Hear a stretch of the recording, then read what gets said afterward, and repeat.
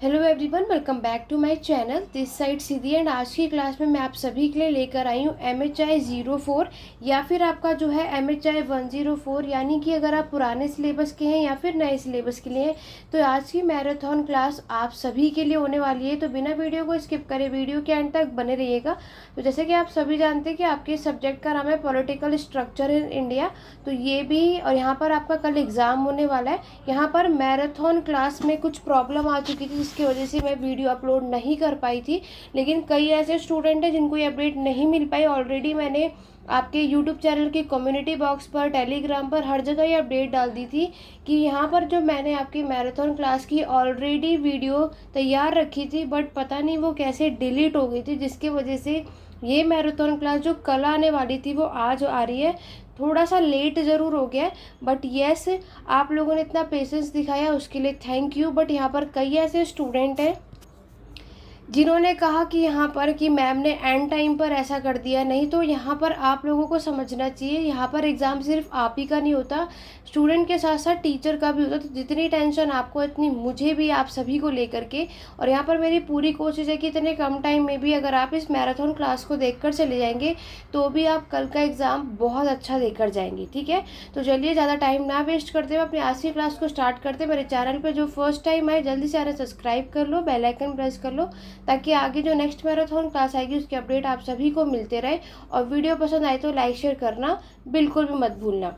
तो यहाँ पर हम बात करेंगे कि यहाँ पर मैंने आप सभी के लिए दोबारा से ये मैराथन क्लास को रिकॉर्ड किया है, तो उसके लिए थोड़ा टाइम लग जाता है। इससे पहले जो मैंने मैराथन क्लास रिकॉर्ड की थी वो पूरे 2 घंटे की थी, but I don't think so कि ये वाली मैराथन क्लास इतनी लंबी हो पाएगी। बट मैं शॉर्ट में आपको पूरी कोशिश करूँगी कि मैक्सिमम टॉपिक को कवर करवा दूँ।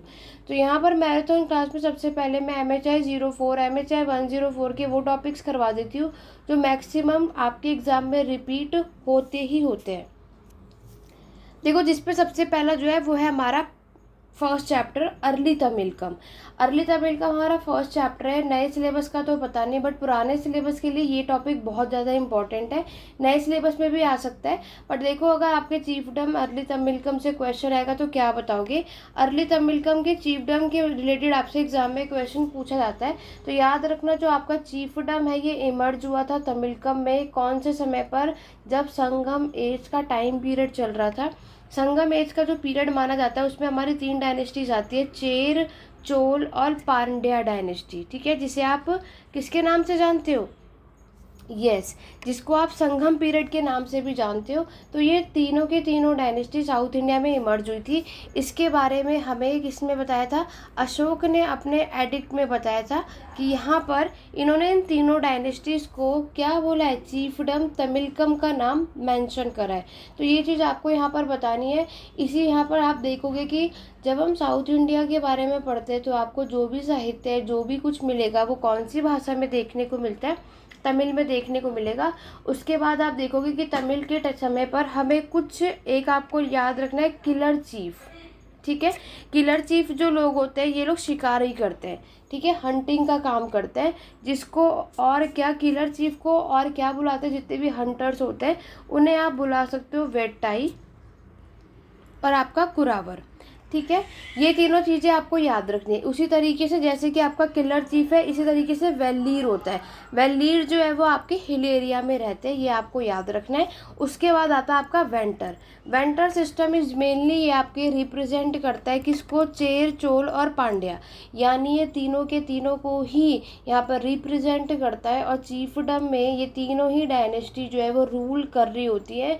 ये सारी बातें आपको पता है। साथ ही में आपको बताना है साउथ इंडिया की जो ये तीनों डायनेस्टीज़ हैं ये आपके वैदिक सेक्रीफाइसेस में भी बिलीव रखती है, वैदिक गॉड में भी बिलीव रखती हैं। लाइक ये लोग सूर्य की वर्शिप करते हैं, अग्नि की वर्शिप करते हैं। ये सारी बातें आपको इसमें मेंशन करना है।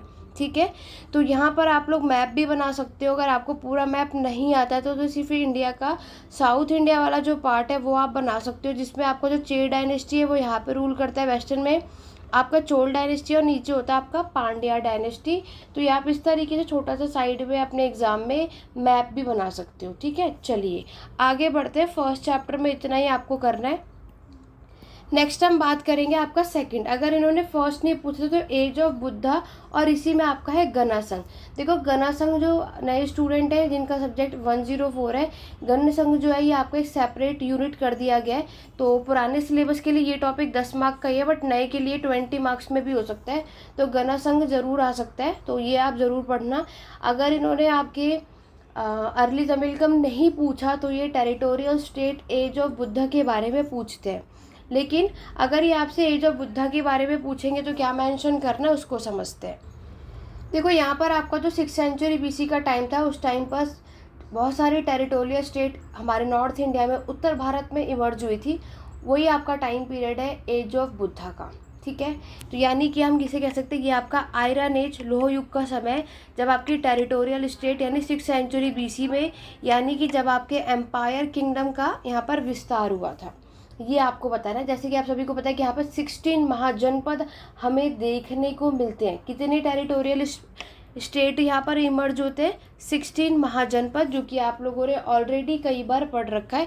तो आपके इसी 16 महाजनपद में कुछ ऐसे जनपद हैं जहाँ पर आपको मोनार्की यानी कि राजतंत्र देखने को मिलता है, और या तो आपको गणासंघ ये चीज़ देखने को मिलता है, ठीक है। तो गणासंघ क्या होता है ये तो मैं अभी आपको बताऊंगी, लेकिन मोनार्की आपको पता है। मोनार्की होता है जहाँ पर होता है राजतंत्र, जहाँ पे राजा रूल करता है और उसके अकॉर्डिंगली सारी चीज़ें चलती हैं। ये सारी चीज़ें आपको बतानी है। एज ऑफ बुद्धा की जब टेरिटोरियल स्टेट बहुत ज़्यादा, यहाँ पे जब इसकी ओरिजिन उत्पत्ति आप देखते हो तो आप देखोगे कि इस टाइम के लोगों ने आयरन प्लो यानी कि लोहे का जो हल होता है उसका यूज़ करना शुरू किया। इसके वजह से क्या होता है, इनके जो प्रोडक्शन है, इनकी जो खेती है उसमें सरप्लस आपको देखने को मिलता है, जिसके वजह से क्या होता है, अच्छा खासा प्रोडक्शन उत्पादन होता है। ये वो टाइम पीरियड है जब आप देखोगे कि सोसाइटी में हमारे वर्णा सिस्टम यानी 4 वर्णा सिस्टम है, जिसमें आप सभी जानते हो ब्राह्मण, क्षत्रिय, वैश्य और शूद्र। तो वैश्य और शूद्र पर यहाँ पे पूरा का पूरा टैक्स का बर्डन था, ये चीज़ें भी यहाँ पर बताई गई हैं। तो आपके वैश्य और शूद्र पे क्या था, ये लोग टैक्स पे करते थे। और रोमिला थापड़ ने हमारे एक बात बताई थी, तो रोमिला थापड़ का नाम आप याद रख सकते हो। रोमिला थापड़ ने बताया था कि यहाँ पर हमें जो लीनेज देखने को मिलता है वो है आपके क्षत्रिय की, यानी राजाओं की। जैसे कि आपको पता है कि राजा की जो पोस्ट होती है वो हेरिडिटी होती है। यहाँ पे राजा जो है वो इलेक्शन और सिलेक्शन के थ्रू नहीं आता, ये इनकी पोस्ट हेरिडिटी होती है। ये बात रोमिला थापड़ ने बताया। और उन्होंने क्या बताया कि यहाँ पर क्या है कि वैश्य और शूद्र पे सारा का सारा टैक्स का बर्डन है। यहाँ पर सोसाइटी में जो सारी चीज़ें इंजॉय कर रहा है, जो सारी चीज़ें मिल रही हैं, वो किसको मिल रही है, ब्राह्मण्स और क्षत्रिय को। तो रोमिला थापड़ का ये ओपिनियन है, जहाँ पर उन्होंने एज ऑफ बुद्धा को किस में ट्रांजिशन किया है। इन्होंने बताया रोमिला थापड़ ने कि हमारा जो एज ऑफ बुद्धा है इसकी लीनेज सोसाइटी है, लीनेज सोसाइटी से किस पे ये बदली है, टू आपकी कॉम्प्लेक्स सोसाइटी में, ठीक है। ये आपको याद रखना है, रोमिला थापड़ के व्यूज़ है। तो ये था एज ऑफ बुद्ध। अब हम आपके बात करते हैं कि अगर आपके एग्जाम में गणसंघ आएगा, या जिसे आप गणसंघ या फिर जिसे हम हिंदी में गणराज्य कहते हैं, या इन शॉर्ट अगर हम कहें जिसे आप रिपब्लिक के नाम से जानते हो, तो मैंने आपको बताया कि 16 महाजनपद में जो आपकी टेरिटोरियल स्टेट है, कुछ राज्य मोनार्की के थे, कुछ रिपब्लिक होते हैं जहाँ पर राजाओं का रूल नहीं होता है। तो यहाँ पर जो गणसंघ होता है, जहाँ पे गण राज्य होता है, ये एक पूरा क्लेन वंशों का स्ट्रक्चर आपको देखने को मिलता है, या फिर आप कह सकते हो जहाँ पर रिपब्लिक, ठीक है। तो ये चीज़ आपको बतानी है। इसमें यहाँ पर क्या होता है कि गणसंघ जो है, गण मतलब देखो क्या होता है आपका ग्रुप, संघ मतलब क्या होता है आपका कोई भी असेंबली बोल दो, या कोई भी एसोसिएशन, कोई भी ऑर्गेनाइजेशन, उसे बोलते हैं संघा या संघ, ठीक है। तो ये चीज़ें आपको बतानी है। तो यहाँ पर कौन कौन से 16 महाजनपद में ऐसे टेरिटोरियल स्टेट थे जो कि आपके रिपब्लिक या फिर गणसंघ थे, तो आपको उसमें नाम याद रखना है मगध, ठीक है, गांधार, आपके काशी, कौशाम्बी, कौशाल। तो गणसंघ जो है ये आपके इस टाइम पर देखने को मिलता है। ये सारी चीज़ें आपको बतानी है। क्लियर हो गया कि गणासंघ आखिरकार होता क्या है, जिसे आप गणराज्य के नाम से भी जानते हो। ये बहुत ज़्यादा इंपॉर्टेंट है, पुराने सिलेबस और नए सिलेबस के अकॉर्डिंगली एग्ज़ाम में पूछा ही जाएगा। ठीक है, तो 10 या 20 मार्क्स में आने के पूरे पूरे चांसेस होते हैं, इसलिए मैंने ये आपको सारी चीज़ें बता दी है। यहाँ पर देखो एक बात याद रखना कि यहाँ पर ये जो आपका वर्ड है ये आपका संस्कृत और पाली दोनों में देखने को मिलता है। ये जो वर्ड है आपका ना गण, इसका मतलब मैंने आपको क्या बताया, ट्राइब। ठीक है, उस टाइम में ट्राइब्स आपको देखने को मिलती हैं। तो गणा संघ जर्नली ये आपका हमारे भारत में 6th सेंचुरी BC में आपको देखने को मिलता है। एंशिएंट बुद्धिस्ट टेक्स्ट में उसके बारे में मेंशन है। ये सारी चीज़ें आपकी यहाँ पर बताई गई थी, तो ये सब आपको इसमें मेंशन करना है कि कौन कौन सी टेरिटोरियल स्टेट रिपब्लिक थी यहाँ पर, मतलब आपके जहाँ पे राजा नहीं रूल करते हैं, यहाँ पर आपके जो एरिस्टोक्रेट्स होते हैं ना, जो प्रिस्ट होते हैं, पोप होते हैं, वो लोग रूल करते हैं इस गणा संघ में। चलिए आगे बढ़ेंगे नेक्स्ट टॉपिक के ऊपर। नेक्स्ट टॉपिक है हमारा सातवाहन और कुषाण एम्पायर। देखो सातवाहन और कुषाण एम्पायर बहुत अच्छा और इम्पॉर्टेंट है, एग्जाम में मिलेगा ही मिलेगा। और आपके इसके चैप्टर का नाम है politics from 2nd century BC से लेकर के 3rd सेंचुरी AD तक, यानी ईसा पूर्व से ईस्वी तक। तो देखो ये मैं आपको क्यों बता रही हूँ, ये मैं आपको इसलिए बता रही हूँ ताकि आपके एग्ज़ाम में कभी कभी ये टॉपिक ना पूछ करके आपके डायरेक्टली एग्ज़ाम में चैप्टर का नाम से क्वेश्चन पूछा जाता है। तो याद रखना, अगर इन्होंने आपके चैप्टर के नाम से क्वेश्चन पूछा पॉलिटिक्स, वो भी टाइम पीरियड भी याद रखना पड़ेगा, 2nd सेंचुरी से लेकर के 3rd सेंचुरी, तो आपको उसमें सातवाहन, कुषाण, इंडो ग्रीक के बारे में बताना है। अदरवाइज इन्होंने सेपरेटली पूछ लिया तो एक अलग बात होगी। ठीक है, चलो सबसे पहले हम बात करते हैं आपके सातवाहन डायनेस्टी के बारे में। सातवाहन यानी सतवाहन का मतलब होता है लैंड ग्रांट। ये वो समय था जब हमारे इंडिया में भूमि को दान में देना स्टार्ट कर दिया गया था। ठीक, तो लैंड ग्रांट सिस्टम यहाँ पर हुआ, और यहाँ पर इसका जो नानाघाट इंस्क्रिप्शन है, नानाघाट अभिलेख या शिलालेख में ये चीज़ मेंशन होता है कि सातवाहन डायनेस्टी के टाइम पर लैंड ग्रांट स्टार्ट हुआ था। सातवाहन डायनेस्टी एक पहली ऐसी डायनेस्टी है जो कि आपके पेनिनसुलर इंडिया में आकर रूल कर रही थी। कहाँ पर? पेनिनसुलर इंडिया में आके रूल कर रही थी। इसके जो फाउंडर माने जाते हैं उनका नाम था सिमुका। सिमुका के बाद इनके बेटे आए जिनका नाम था कान्हा और कृष्णा, दोनों चीज़ें मेंशन है। आपके पुराणों में मेंशन है कि सिमुका ने यहाँ पर हमारे भारत में टोटल 23 साल तक रूल किया था।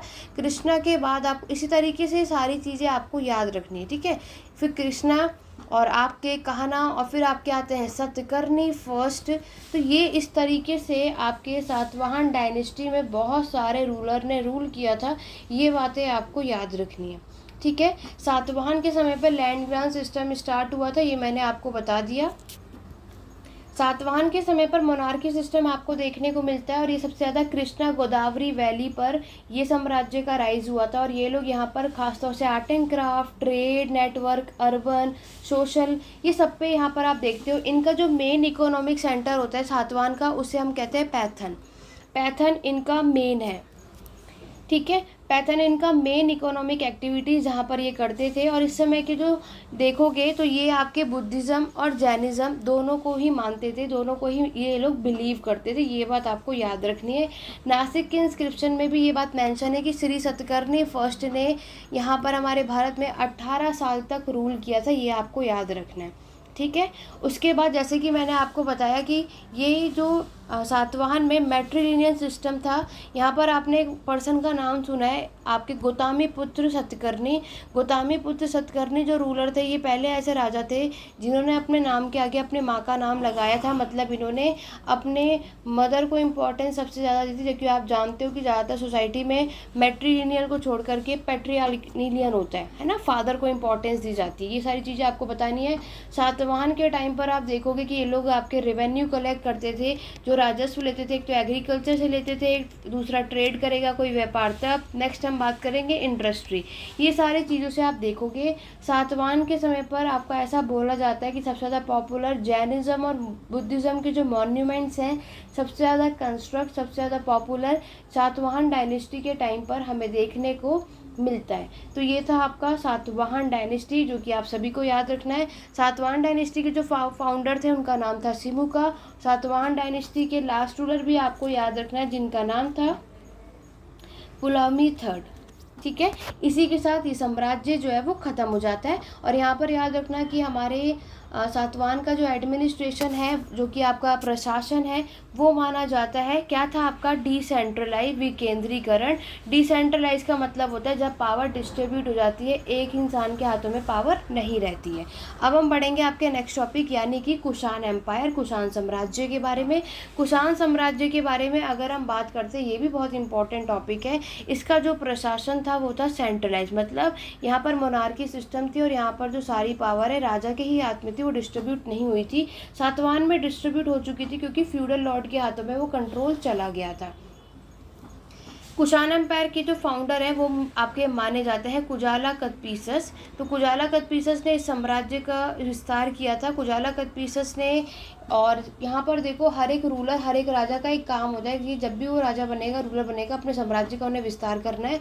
कुजाला कदफीसस ने अपने टाइम पर काबुल, कांधार ऐसे कुछ जगहों को अपने को जगह में कॉन्कर कर लिया था, जीत लिया था। उसके बाद आते हैं हमारे विम कदफीसस। विम कदफीसस इनके कुजाला कदफीसस के बेटे थे, नेक्स्ट रूलर थे। जब ये राजा बने तो इन्होंने आपके भारत के नॉर्थ इंडिया का सबसे इसको जगह को कॉन्कर कर लिया था। फिर आते हैं आपके कनिष्क, ठीक है। कनिष्क का नाम तो सभी ने सुना है। कनिष्क जो है हमारे कुषाण डायनेस्टी के सबसे ग्रेटेस्ट रूलर है। हमें इनसे रिलेटेड बहुत सारे इंस्क्रिप्शन अभिलेख मिलते हैं। कहाँ कहाँ पर, लाइक आपके सारनाथ में, आपके कौशाम्बी में, आपके मथुरा में, ठीक है। और यहाँ पर याद रखना कि ये जो मथुरा है ये आपके कुषाण डायनेस्टी की दूसरी यानी सेकंड कैपिटल है। तो आप मुझे कमेंट करके सभी के सब बताओगे कि कुषाण डायनेस्टी की पहली कैपिटल क्या है। मैं देखना चाहूँगी कितने स्टूडेंट यहाँ पर ऐसे हैं जिसको ये बात पता हो। सभी को कमेंट करना, आप सभी का यहाँ पर पार्टिसिपेशन बराबर का होना चाहिए, ठीक है। तो यहाँ पर मैं अगर आपके लिए मेहनत करूँ तो आपको भी यहाँ पर करना है, इसी से आपकी रिविजन भी हो जाएगी। तो जल्दी से बताओ। और साथ में सातवाहन डायनेस्टी की भी कैपिटल आप सभी मुझे कमेंट बॉक्स में बताएंगे। तो कुषाण और सातवाहन डायनेस्टी के बारे में आपको समझ आया। तो यहाँ पर अभी हमने देखा कि कुषाण की जो प्रशासन है वो सेंट्रलाइज था। और कुषाण डायनेस्टी की अगर हम बात करें तो बोला जाता है कि इसका जो एडमिनिस्ट्रेशन था सेम आपके मौर्यन डायनेस्टी की तरह था। जैसे मौर्यन डायनेस्टी का प्रशासन था वो भी अच्छा खासा था। कुषाण डायनेस्टी, आपको पता है कि ये गोल्ड कॉइन इन्होंने बहुत सारे इशू किए थे हमारे भारत में, इससे भी ये जाने जाते हैं। इनकी रिलीजियस पॉलिसी आपको पता ही है कि ज़्यादातर कुषाण डायनेस्टी के जो लोग हैं, रूलर है, वो बुद्धिज़्म, बौद्ध धर्म को मानते थे, ठीक। कुषाण के जो रूलर हैं धीरे धीरे इन्होंने आपके साउथ ईस्ट एशिया, चाइना, रोम, हर जगह कनेक्शन बना लिया। हर जगह इन सभी देशों के साथ इन्होंने व्यापार करना शुरू किया था। तो ये था हमारा कुषाण एम्पायर। इसी के साथ हमारा ये टॉपिक कंप्लीट होता है। तो अभी मैंने आपको पॉलिटिक्स बता दिया। तो अगर आपसे time period from second century BC से लेकर के आपके थर्ड सेंचुरी एडी से पूछेगा तब आपको ये बताना है। लेकिन अगर इन्होंने इसके आगे का पूछ लिया, थर्ड सेंचुरी एडी से लेकर के सिक्स सेंचुरी एडी तक, तब क्या बताओगे वो देखो। दोनों में फ़र्क है, ध्यान से समझना। अगर ये इन्होंने चीज़ें पूछी तब आपको गुप्ता डायनेस्टी एक्सप्लेन करना है, ठीक है। अगर ये टाइम पीरियड आया तो गुप्ता एम्पायर बताना है। और इसी के साथ अगर इन्होंने आपके साउथ इंडिया मेंशन कर दिया तब आपको पल्लव डायनेस्टी के बारे में बताना है, ठीक है। याद रखना है, ये दोनों चीज़ें मैंने आपको बता दी हैं। अब अगर गुप्ता एम्पायर के बारे में लिखोगे तो याद रखना गुप्ता साम्राज्य के बारे में भी वही बताना है कि गुप्ता डायनेस्टी के जो फाउंडर हैं आप सभी को पता है, चंद्रगुप्त फर्स्ट। चंद्रगुप्त फर्स्ट ने हमारे चंद्रगुप्त डायनेस्टी की यानी गुप्ता डायनेस्टी की शुरुआत की थी, ये आपको बताना है। इसकी जो कैपिटल है वो आप सभी को पता है, पाटलिपुत्र। इसकी जो राजधानी है वो आपको पाटलिपुत्र देखने को मिलता है। गुप्ता डायनेस्टी को आप स्वर्ण काल के यानी गोल्डन एज या पीरियड के नाम से हम सभी जानते हैं। गुप्ता डायनेस्टी ने अपनी टेरिटरी को कहाँ कहाँ तक फैलाया था, आपके गंगा वैली तक ये फैली थी, ठीक है, ज़्यादातर। और यहाँ पर गुप्ता में आपको देखोगे कि गुप्ता डायनेस्टी में भी हमें गण संघ जो है ये सबसे ज़्यादा यानी रिपब्लिक, ये चीज़ यहाँ पर बहुत फेमस थी। यहाँ पे जो सरकार थी वो यही थी। लेकिन बाद में इसी के साथ साथ हमें यहाँ पर मैट्रिमोनियल अलायंस भी देखने को मिलता है। चंद्रगुप्त फर्स्ट, आपको पता है कि इन्होंने आपकी जो लिच्छवी की राजकुमारी थी जिनका नाम था कुमारा देवी, उनके साथ शादी की थी। ये बात आपको यहाँ पर पता ही है सभी को, ठीक है। ये सब कुछ बताना है। चंद्रगुप्त मौर्य के बाद पावर गई थी समुद्रगुप्त में, फिर चंद्रगुप्त सेकंड के हाथों में, ये सारी चीज़ें मेंशन करनी है। समुद्रगुप्त के बारे में आज हमें कभी भी पढ़ते तो आपको पता है, वो है आपका इलाहाबाद पिलर इंस्क्रिप्शन। तो इलाहाबाद पिलर इंस्क्रिप्शन या प्रयाग प्रशस्ति के नाम से आप जानते हो, जो कि आपके हरिसेन यानी कि समुद्रगुप्त के जो कोर्ट पोएट थे उन्होंने ये लिखा था। और आज समुद्रगुप्त के रिलेटेड कुछ भी अगर अगर किसी को जानना है तो वो इनके इलाहाबाद इंस्क्रिप्शन या प्रयाग प्रशस्ति यानी हरिसेन ने इसमें समुद्रगुप्त की प्रशंसा की थी। ये सारी बातें आपको बतानी है। और अगर मैं गुप्ता डायनेस्टी की एडमिनिस्ट्रेशन की बात करूँ तो वो भी आपका डिसेंट्रलाइज था। यहाँ पर भी आपके फ्यूडल लॉर्ड्स आपको देखने को मिलते हैं। यहाँ पर भी लैंड ग्रांट दिए जाते थे। लैंड ग्रांट कौन किसको देता था, तो यहाँ पे याद रखना कि आपके जो क्षत्रिय हैं यानी जो राजा हैं वो ब्राह्मण्स को लैंड टैक्स देते थे। ये सारी बातें आपको इसमें लिखनी है, ठीक है। शॉर्ट में मैंने आपको पूरी कोशिश की है कि ज़्यादा क्लियर कर दूँ, बाकी आपको सारी चीज़ें पढ़नी है अगर ये एग्ज़ाम में आएगा तो। अब आगे बात करते हैं नेक्स्ट जो टॉपिक है। नेक्स्ट हमारा जो टॉपिक आपको यहाँ पर देखने को मिल रहा है वो है स्टेट फॉर्मेशन अंडर राजपूत। तो ये नए और पुराने सिलेबस के लिए इम्पॉर्टेंट है। पुराने सिलेबस में ये कभी कभी आता है, कभी कभी नहीं आता है, बट अगर आएगा तो आपको क्या करना है वो मैं आपको बता देती हूँ। लेकिन उससे पहले जल्दी से अगर वीडियो को लाइक शेयर नहीं किया, एक बार जल्दी से लाइक शेयर कर दो, कमेंट करके बताओ कि मैराथन क्लास कैसी लगी। और यहाँ पर एक बात याद रखना कि अगर वीडियो देखो आप लोग इसका इतना ज़्यादा सपोर्ट है, उसके वजह से ही ये मैराथन क्लास में लेकर के आ पाई। लेकिन आप में से कई ऐसे स्टूडेंट हैं जो कि गलत कमेंट करते हैं। आज तो अच्छा कर रहे हैं जब तक उन्हें मिल रहा है, और अगर उन्हें नहीं मिल रहा है तो वहीं गलत कमेंट। तो यहाँ पर ये मैराथन क्लास पेड नहीं है, सभी के लिए फ्री है। अगर मुझे ये पेड रखना ही होता तो मैं ये आपको पेड क्लासेस ज्वाइन करने के लिए नहीं कह देती। मैराथन मैंने इसीलिए यहाँ पर आप सभी के लिए लेकर आई हूँ ताकि आप सभी की कम टाइमिंग में हेल्प हो सके, ठीक है। तो यहाँ पर आपको पेशेंसली यहाँ पर करना और फोकस सिर्फ यहाँ पर जो चीज़ें बताई, इससे बाहर एग्ज़ाम में कुछ नहीं आएगा, ये बात याद रखना। जैसे आपके बाकी अदर 2 सब्जेक्ट्स में भी मैंने चीज़ें आपको बताई थी वैसे ही, ठीक है। चलो तो यहाँ पर देखो कि आपको क्या करना है। अब राजपूत से रिलेटेड अगर इन्होंने एक क्वेश्चन पूछा, एक तो इसी चैप्टर में राजपूत या तो पूछा जाएगा या तो एक से ना एक आपसे क्वेश्चन आता है ट्रांजिशन टू अर्ली मेडिएवल, ठीक है। हर बार नहीं आता बट मैक्सिमम हमें देखने को मिलता है। वेरियस पर्सपेक्टिव का एक क्वेश्चन आता है, तो देखो उसमें क्या लिखोगे। अगर इन्होंने ट्रांजिशन टू अर्ली मेडिएवल का पर्सपेक्टिव पूछा, यानी कि यहाँ पर हमारे कुछ इतिहासकार कुछ हिस्टोरियंस हैं जिन्होंने बताया है कि हम एंशिएंट से मेडिएवल की तरफ आए हैं, तो क्या टाइम पीरियड है उसके बारे में समझो। तो देखो पहले इस क्वेश्चन के बारे में बताती हूँ। अगर ये क्वेश्चन पूछा गया तो यहाँ पर जैसे कि आप सभी को पता है हमारे भारत के इतिहास का एक टाइम पीरियड दिया गया है, और यहाँ पर भारत के इतिहास को पहले किस तरीके से डिवाइड किया गया था, आपके हिंदू, मुस्लिम और आपके ब्रिटिश में, ठीक है। किसने किया था ये आप सभी मुझे कमेंट करके बताओगे। किस पर्सन ने आपके हिंदू, मुस्लिम और ब्रिटिश को, हमारे भारत को इस 3 पार्ट में डिवाइड किया था, जो कि बाद में ये आपका किस में डिवाइड किया गया, चेंज किया गया नाम, एंशिएंट, मेडिएवल और मॉडर्न, यानी कि आपका प्राचीन, मध्यकालीन और आधुनिक इतिहास में। लेकिन पहले ये नाम था, लेकिन जल्दी से कमेंट करके बताओ वो स्कॉलर का नाम। ये भी आपको याद रखना है जिन्होंने हमारे भारत के इतिहास का विभाजन किया था और ये चीज़ें बताई थी। बट यहाँ पर क्या होता है, हमारे कुछ एक पर्सन है जिनका नाम है सबसे पहले एन.आर. रे। एन.आर. रे ने आपके मेडिएवल पीरियड को 3 फेजेज़ में, कितने, 3 चरणों में डिवाइड करा है। ये आपको याद रखना है 3 फेजेज़ में। पहला आपका 7 से लेके 12, दूसरा है 12 से 16, नेक्स्ट आपको 16 से 18 सेंचुरी याद रखना है। ये तीनों ही सेंचुरी में इन्होंने बताया कि हम मेडिएवल को इन 3 पार्ट में पढ़ते हैं। 7 से 12 जो है वो आपका अर्ली मेडिएवल का टाइम पीरियड आता है, जिसमें आप राजपूत पढ़ते हो, पल्लव पढ़ते हो, चालुक्य पढ़ते हो और चौहान डायनेस्टी पढ़ते हो। 12 से 16 में आप दिल्ली सल्तनत, मौर्यंस के बारे में पढ़ते हो, जिसे आप मेडिएवल पीरियड के नाम से जानते हो। 16 to 18 जिसमें आपने पेशवा बाजीराव पढ़ा है ना, तो ये सारी बातें 16 to 18 आती है, क्योंकि 18 सेंचुरी से तो मॉडर्न हिस्ट्री की शुरुआत हो जाती है। तो इस पीरियड में इन्होंने क्या बताया कि यहाँ पर जो पूरी की पूरी इकोनॉमी है, क्योंकि आपको पता है जो मेडिएवल के टाइम पर भी जो उनकी अर्थव्यवस्था थी वो आपके एग्रीकल्चर, कृषि पर ही थी। यहाँ पर आपको मेडिएवल के टाइम पर वो समय था जब मुस्लिम यहाँ रूल कर रहे थे। इस समय आपको कोई भी लिटरेचर, कोई भी साहित्य देखने को मिलेगा तो पर्शियन भाषा में था। एक तो आपको इन एन.आर. रे का नाम याद रखना है, दूसरा आपको आर.एस. शर्मा का नाम याद रखना है। आर.एस. शर्मा ने भी बताया कि अब उनकी क्या सोच थी अर्ली हिस्टोरिकल पीरियड यानी एंशिएंट हिस्ट्री को लेकर के। इन्होंने एंशिएंट हिस्ट्री के बारे में बताया। इन्होंने जो मेडिएवल को बताया ना, मेडिएवल को डिवाइड किया है, आर.एस. शर्मा ने एंशिएंट हिस्ट्री को डिवाइड करा और यहाँ पर बताया कि हमें 4 वर्ण सिस्टम देखने को मिलता है, जिसमें आपके ब्राह्मण, क्षत्रिय, वैश्य और शूद्र देखने को मिलेंगे। इस टाइम पर आपके वही वैश्य और शूद्र पर सारा टैक्स का बर्डन हुआ करता था। क्षत्रिय और ब्राह्मण जो है सारी पावर इन्हीं के हाथों में होती थी। इस समय जो है अर्बनाइजेशन, शहरीकरण मिलता है, कैश में ट्रांजेक्शन यानी करेंसी स्टार्ट हो चुकी थी, टैक्सेस स्टार्ट हो चुके थे, ये सारी बातें। क्योंकि पहले क्या था, बार्टर सिस्टम था, लेकिन 6th सेंचुरी BC जब से करेंसी आ चुकी थी तो अब जो ट्रांजेक्शन होगा वो कैश में होता था। ये सारी बातें RS शर्मा ने बताई थी। क्लियर हो गया? चलो आगे बढ़ते हैं। तो ये तब लिखना जब आपसे ट्रांजिशन टू अर्ली मेडिएवल का अप्रोचेस पूछा जाएगा, तब ये सारी बातें आपको इसमें बतानी है। अब आगे बढ़ते हैं। तो यहाँ पर नेक्स्ट जो क्वेश्चन है आपका मेनली राजपूत। देखो स्टेट फॉर्मेशन जो है राजपूत के बारे में अगर मैं बात करूँ तो राजपूत मैंने आपको भी बताया ये अर्ली मेडिएवल टाइप के टाइम पीरियड पे इसने रूल किया था।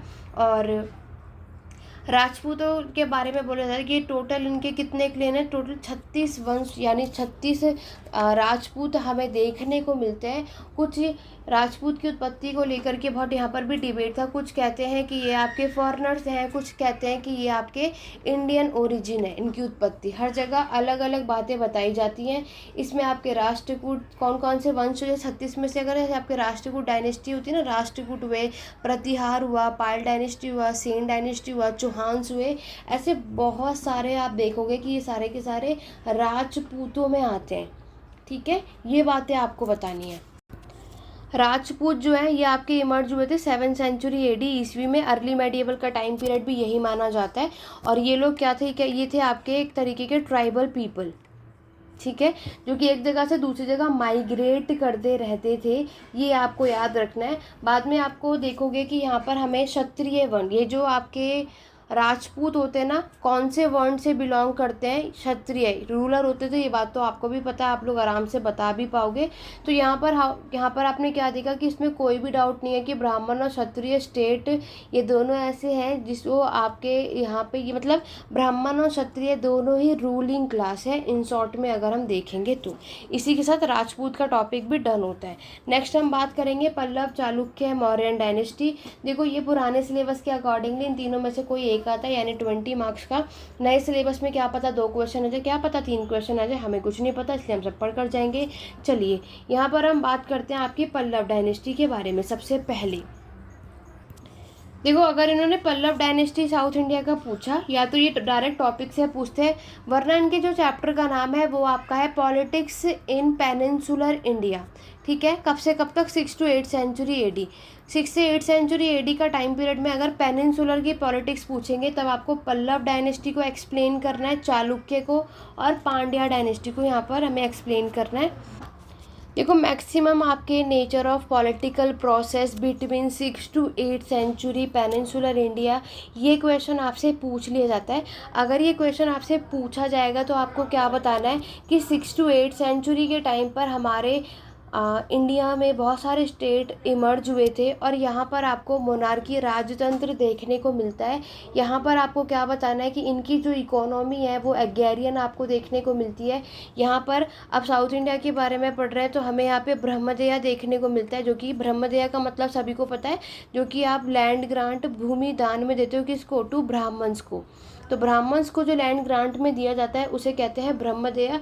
तो ये टाइम पीरियड में आपके ये सारी चीज़ें दी जाती है, जब आप एक साथ बता सकते हो। और आपके 6 to 8 सेंचुरी के समय पर जो एडमिनिस्ट्रेशन, प्रशासन आपको देखने को मिलता है वो आप देखोगे आपके उर क्या होता है, आपके नॉन असेंबली होती है, सॉरी असेंबली होती है नॉन ब्राह्मण्स की। ठीक है, ये चीज़ें आपको बतानी है। जैसे कि नॉन ब्राह्मण्स के लिए असेंबली को उर कहते हैं, उसी तरीके से सभा आपको मिलेगी जो कि ब्राह्मण्स की असेंबली हुआ करती थी। ये आप बताओगे। ब्राह्मण्स जो है आपके ये बहुत इंपॉर्टेंट रोल प्ले करते हैं सोसाइटी में, और क्षत्रिय जो है वो ब्राह्मण्स को लैंड ग्रांट देते हैं। तो यहाँ पर एक चीज़ समझ आ रही है कि राजा से भी ऊपर आपके ब्राह्मण्स हुआ करते हैं। ये बातें आपको बतानी है। ठीक है, सबसे ज़्यादा और ब्राह्मण्स का जो कंट्रोल है वो टेंपल, मंदिर में आपको देखने को मिलता है, और इन्हीं को यहीं पर सारी चीज़ें मिलती हैं। 6 to 8 सेंचुरी के पेनिनसुलर इंडिया में ये सारी बातें आपको बतानी है, अगर सब कुछ मिक्सअप करके लिखना है। ठीक है, चलो अब अगर इन्होंने आपसे पूछ लिया पल्लव डायनेस्टी तो क्या बताएंगे। पल्लव डायनेस्टी के बारे में जब अगर पूछा जाएगा तो आपको मेंशन करना है। देखो पल्लव डायनेस्टी की जो हमारी कैपिटल राजधानी है वो क्या है, आपकी कांचीपुरम। ठीक है, पल्लव डायनेस्टी ने आपके रूल किया था, स्टैब्लिश कब हुआ था, 250 AD यानी ईस्वी में। इसने आपके रूल किया था कहाँ, तोंडाई मंडलम, याद रख लेना।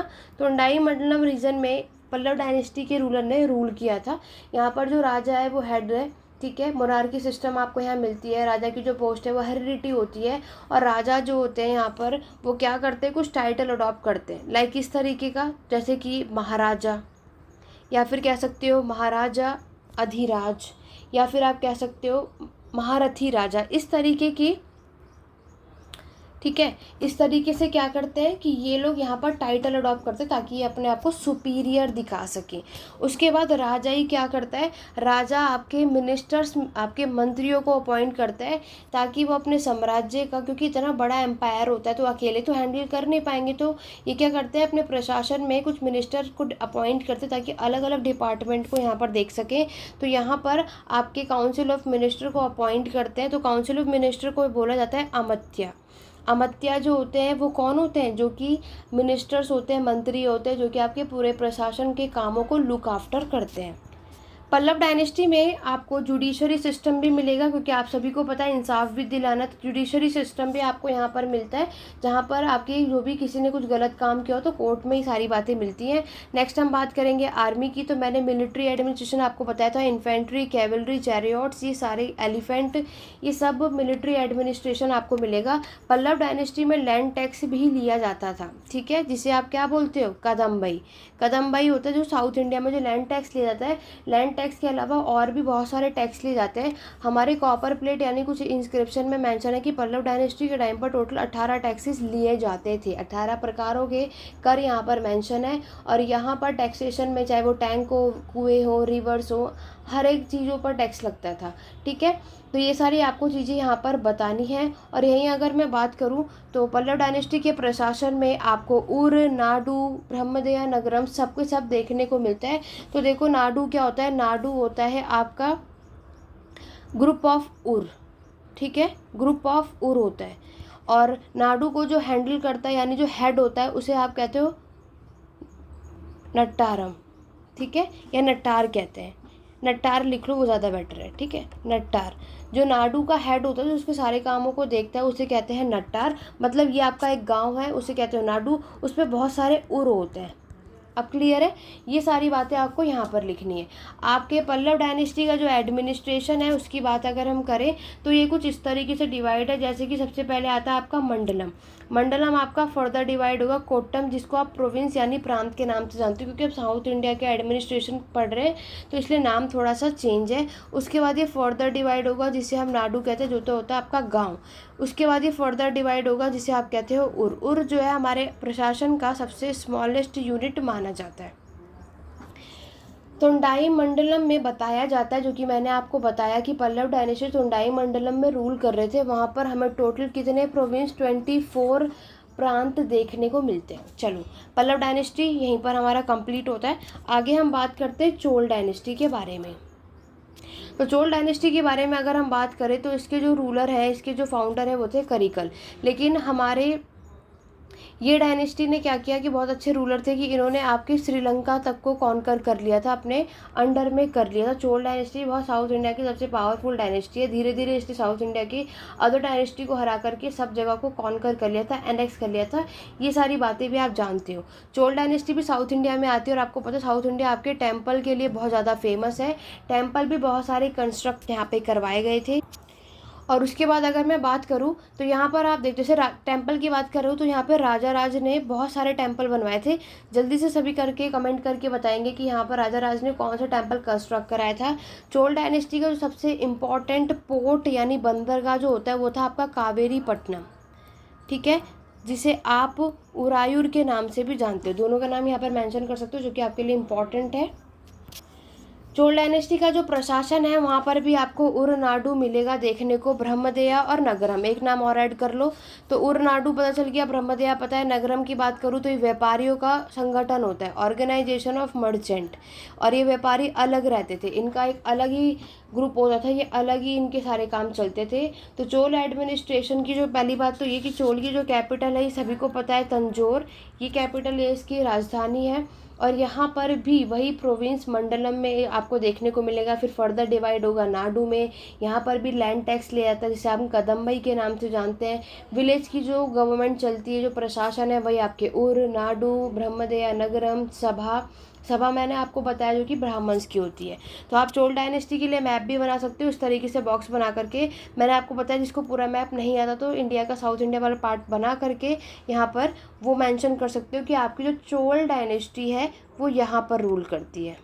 ठीक है, तो ये चोल डायनेस्टी, चोल साम्राज्य जो सबसे ज़्यादा ये आपके कहाँ पर सेटल हुई थी, कावेरी वैली पर। क्यों? क्योंकि ये सबसे ज़्यादा फर्टाइल एरिया हुआ करता था।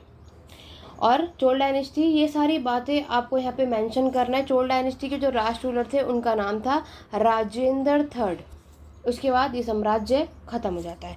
आगे बात करते हैं मौर्यन डायनेस्टी की। देखो इनमें से कोई एक आ सकता है, नए सिलेबस के लिए मैं नहीं कहूँगी, नए सिलेबस में दोनों भी आ सकते हो, ये इसके बारे में पता होना चाहिए। मौर्यन डायनेस्टी की अगर हम बात करें तो आपको पता है चंद्रगुप्त मौर्य इस डायनेस्टी के फाउंडर है। फिर आते आपके बिंदुसार और फिर आते आपके अशोक। ठीक है, और लास्ट रूलर थे इनके बृहदत्त। चंद्रगुप्त जो मौर्य है ये आपके जैनिज्म को, इस धर्म को मानते थे। बिंदुसार आपके आजीविका को, और अशोक जो है आपके बौद्ध धर्म बुद्धिज्म को मानते हैं। कलिंग वॉर के बाद अशोक ने क्या करा था, आपके जैनिज्म को पहले वो फॉलो करते थे, लेकिन कलिंग वॉर के बाद उन्होंने बुद्धिज्म बौद्ध धर्म को अपनाना स्टार्ट कर दिया था। और आज आपको पता है कि अशोक ने जब बौद्ध धर्म को अपनाया तो आज इन्होंने इसको इतना फैलाया जितना आज इंडिया में नहीं पूरे संसार में हमें बौद्ध धर्म देखने को मिलता है। हर जगह बुद्धिज्म के स्तूप, मोनास्ट्रीज हमें देखने को मिलते हैं। ये सारी चीज़ें बतानी है। उसके बाद मौर्यन डायनेस्टी की अगर हम बात करें तो इसका जो एडमिनिस्ट्रेशन है वो सेंट्रलाइज था, बहुत अच्छा केंद्रीकरण था। जिस तरीके से प्रशासन को चलाया जाता है उस तरीके से चलाया गया था। आज हम लोग मौर्यन डायनेस्टी के बारे में जहाँ कहीं से भी पढ़ते हैं कि पूरे मौर्य साम्राज्य में कौन सा रूलर था, इसकी इकोनॉमी, सोसाइटी, दो नाम याद रखने, एक तो कौटिल्य के अर्थशास्त्र और दूसरा मेजिस्थनीज की इंडिका। ये दोनों इंपॉर्टेंट सोर्स हैं। तो इन दोनों ने हमें मौर्यन के समय के प्रशासन के बारे में बताया और इसकी अर्थव्यवस्था कैसी थी, सोसाइटी कैसी थी, ये सब हमें किसके थ्रू पता चला है, कौटिल्य और मेजिस्थनीज। और भी बहुत सारी चीज़ें थी बट ये आपको याद रखनी है।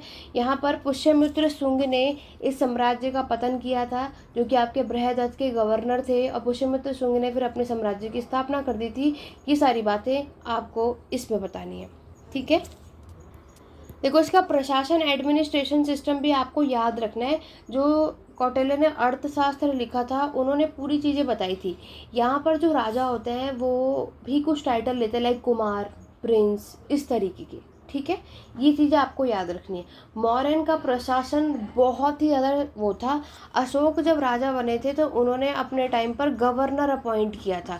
गवर्नर पहले के टाइम पर नहीं होते थे, जैसे चंद्रगुप्त मौर्य के टाइम पर गवर्नर नहीं था। First time governor Mauryan dynasty के टाइम पर, अशोक के टाइम पर हमें देखने को मिलते हैं। गवर्नर का काम आपको पता है, जो कि पूरे एडमिनिस्ट्रेशन को हैंडल करते हैं। इसमें भी आपको बताना है कि मौर्यन डायनेस्टी में आपको स्पाई सिस्टम, मतलब जासूस भी आपको देखने को मिलते हैं, और वही मिलिट्री एडमिनिस्ट्रेशन, वही इन्फेंट्री, कैवलरी, एलिफेंट आपको देखने को मिलता है। मॉडर्न डायनेस्टी में भी हमारे दो तरीके के बाली और भाग, दो तरीके के टैक्स लिए जाते थे, ये भी आपको बताना है। तो यहाँ पर भी बहुत सारे मिनिस्टर्स को अपॉइंट किया गया था, जैसे कि आपके युक्त हुए, महामत्रा हुए, कुमार हुए, राजुका हुए, तो ऐसे कुछ लोगों को अपॉइंट किया गया था। तो ये था आपका मौर्यन डायनेस्टी। अब हम आगे बढ़ेंगे। नेक्स्ट है आपका दिल्ली सल्तनत, बहुत ही इंपॉर्टेंट टॉपिक है। दिल्ली सल्तनत की शुरुआत, देखो ये तो आएंगे ही, ठीक है, जो भी ये मैंने स्टार्टिंग के भी कुछ टॉपिक, 10 टॉपिक भी आपने अच्छे से कर लिए, 60 to 70% ईजिली कवर कर लोगे। दिल्ली सल्तनत की शुरुआत 1206 ईस्वी में हुई थी, 1526 तक चली थी, ये बात आपको पता ही है। और 1206 में इसके जो कुतुबुद्दीन ऐबक ने इस साम्राज्य का विस्तार किया था, और 1526 में यहाँ पर आपके इब्राहिम लोधी को, जब इन्होंने आपके बाबर के साथ फर्स्ट बैटल ऑफ पानीपत लड़ा था, तो यहाँ पर इब्राहिम लोधी हार चुके थे और बाबर की जीत हुई थी, और यहीं से हमारे मौर्य साम्राज्य का विस्तार हुआ था। इस डायनेस्टी के टाइम पर आपको बताना है कि टोटल कितनी रूलर्स ने रूल किया था। आपकी तुगलक डायनेस्टी है ना, 5 डायनेस्टीज़ ने रूल किया था, ये आपको बताना है। स्लेव डायनेस्टी, खिलजी डायनेस्टी, आपके तुगलक डायनेस्टी, सैयद डायनेस्टी और लोधी डायनेस्टी, यहाँ पे 5 डायनेस्टी रूल किया था। और यहाँ पर सब ने आपके मुस्लिम्स का रूल हमें यहाँ पर देखने को मिलता है। दिल्ली सल्तनत के प्रशासन की अगर हम बात करें तो आपके एग्ज़ाम में सेंट्रल, प्रोविंशियल, लोकल, ये तीनों में से कुछ भी आ सकता है, तो आपको ये तीनों के प्रशासन पता होने चाहिए। दिल्ली सल्तनत का जो प्रशासन था सेंट्रल में, आप देखोगे कि यहाँ पर वजीर को अपॉइंट किया गया था, जो कि आपके फाइनेंशियल मैटर को लुक आफ्टर करते हैं।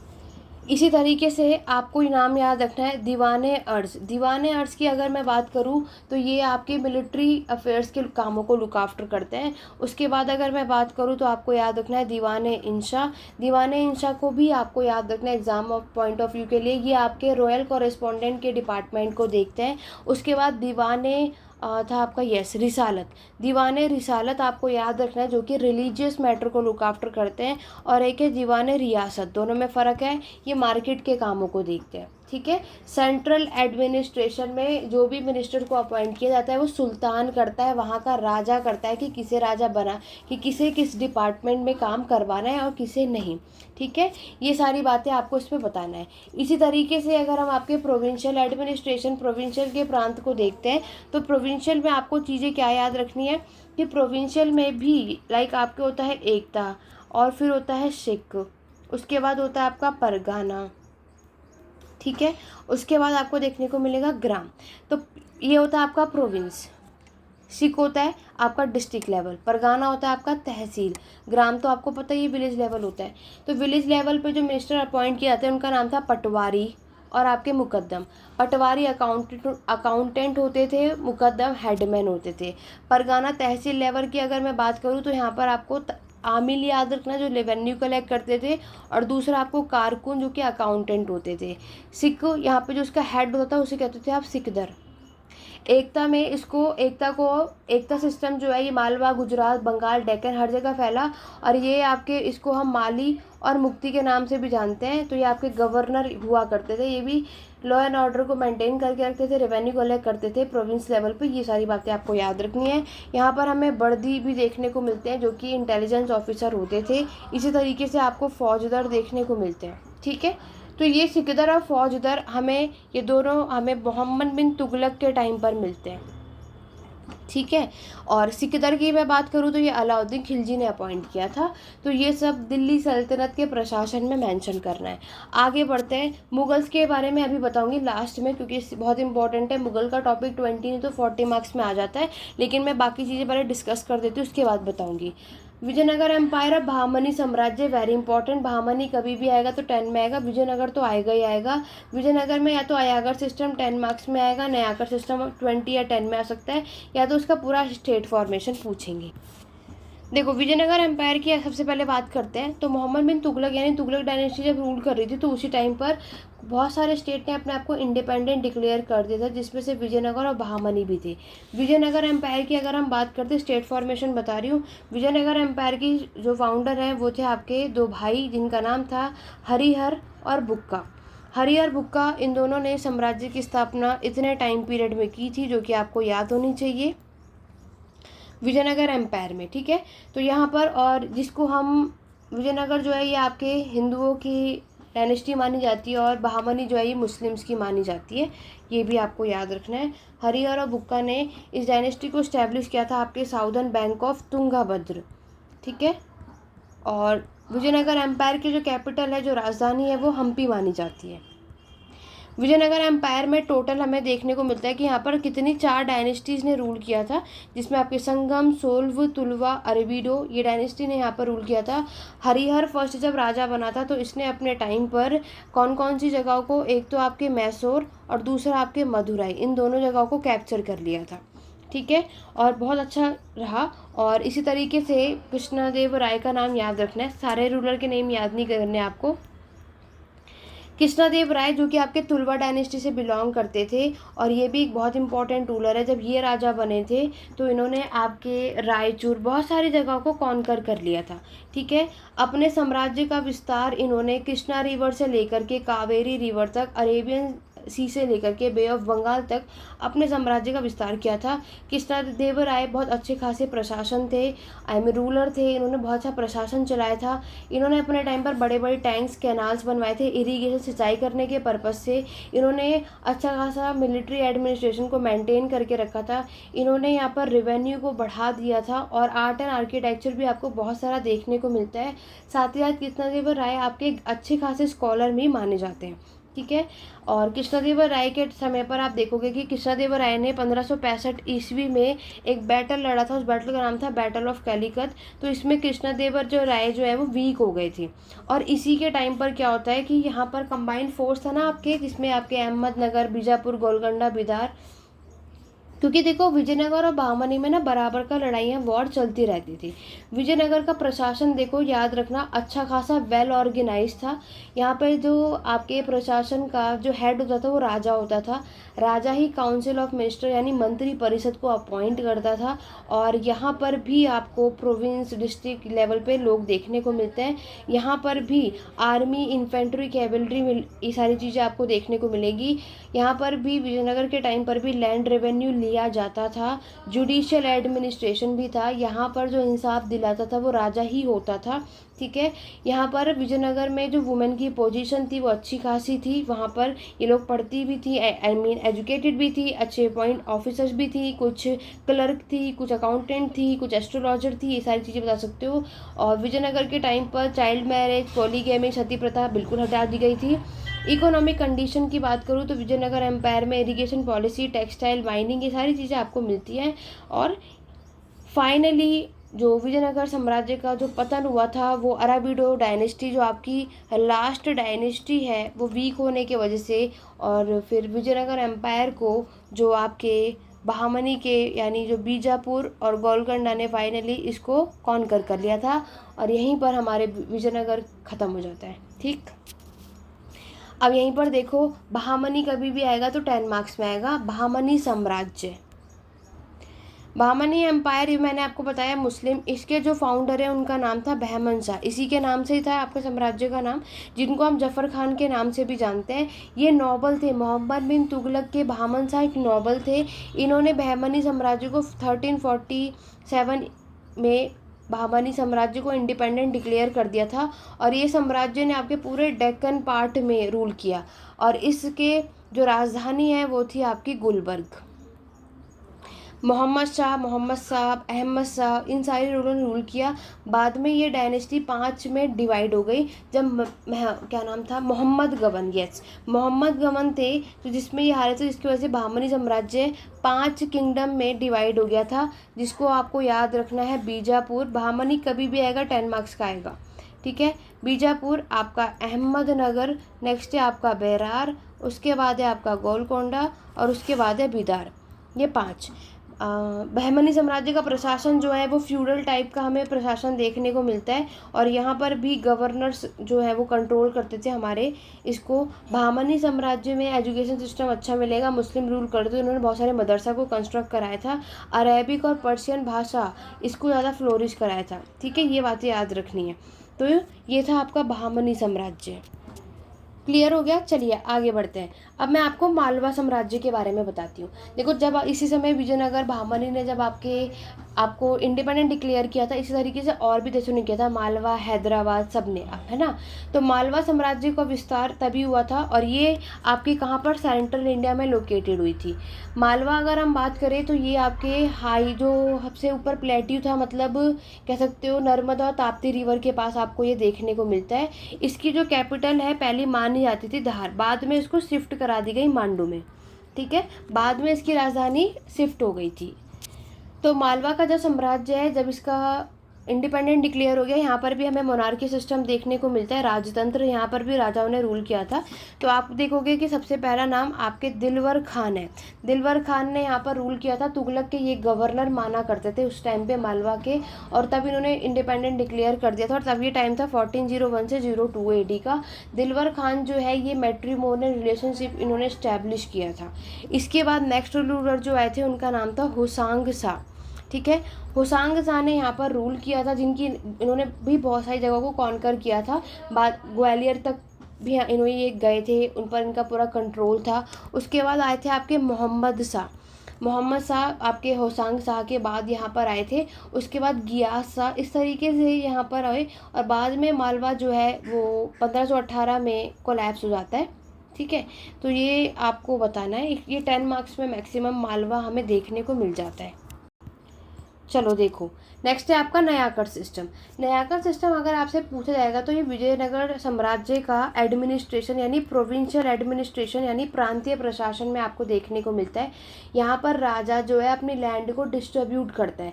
जैसे कि हमने पढ़ा ना फ्यूडलिज्म, की जो राजा जो है फ्यूडल लॉर्ड को लैंड देता था, और दिल्ली सल्तनत में जो राजा अपनी लैंड देता था वो था एकता सिस्टम, जिसको लैंड देते थे वो एकताधर होते थे। इसी तरीके से विजयनगर में जो लैंड दी जाती थी उन्हें नायक बोला जाता था। ठीक है, नायक में भी आपको बहुत सारे नायक मिलेंगे, लाइक आपके दंड नायक जो ये मिलिट्री ऑफिसर्स होते हैं। नेक्स्ट आपको याद रखना है दुर्ग दंड नायक। ठीक है, उसके बाद आपको याद रखना है अमर नायक। तो ये मिलिट्री ऑफिसर्स के इंचार्ज होते थे। दुर्ग नायक जो ये ब्राह्मण होते थे, जो कि आपके मिलिट्री कमांडर के क्या होते थे, इंचार्ज हुआ करते थे। नेक्स्ट आपको नुनीज़ याद रखना है। नुनीज़ आपके पोर्चुगीज़ के स्कॉलर हैं जिन्होंने बताया विजयनगर साम्राज्य में हमें मिलिट्री कमांडर्स जो है कितने देखने को मिलते हैं, 200 देखने को मिलते हैं। ठीक है, ये सारी चीज़ें आपको बतानी है। यहाँ पर राजा जो अपनी टेरिटरी जो है नायक को दे देता है। ठीक है, ये चीज़ें आपको यहाँ पर लिखना है। फिर उस नायक का काम होता है कि वो उस लैंड को मेंटेन करके रखे, अपनी सेना को भी मेंटेन करके रखे, ये रिस्पॉन्सिबिलिटी उसकी होती है। मिलिट्री का सारा काम है, फिर इन्हें नायक को देखना होता है कि जो मिलिट्री है सही से काम कर रही है या नहीं कर रही है। ठीक है, और कितना इन्होंने रेवेन्यू दिया कितना नहीं, ये सारी बातें। नायक भी एम्प्लॉयड होते थे और ये भी फार्मर से ही खेती करवाते थे। ये सारी बात आपको यहाँ पर लिखनी है।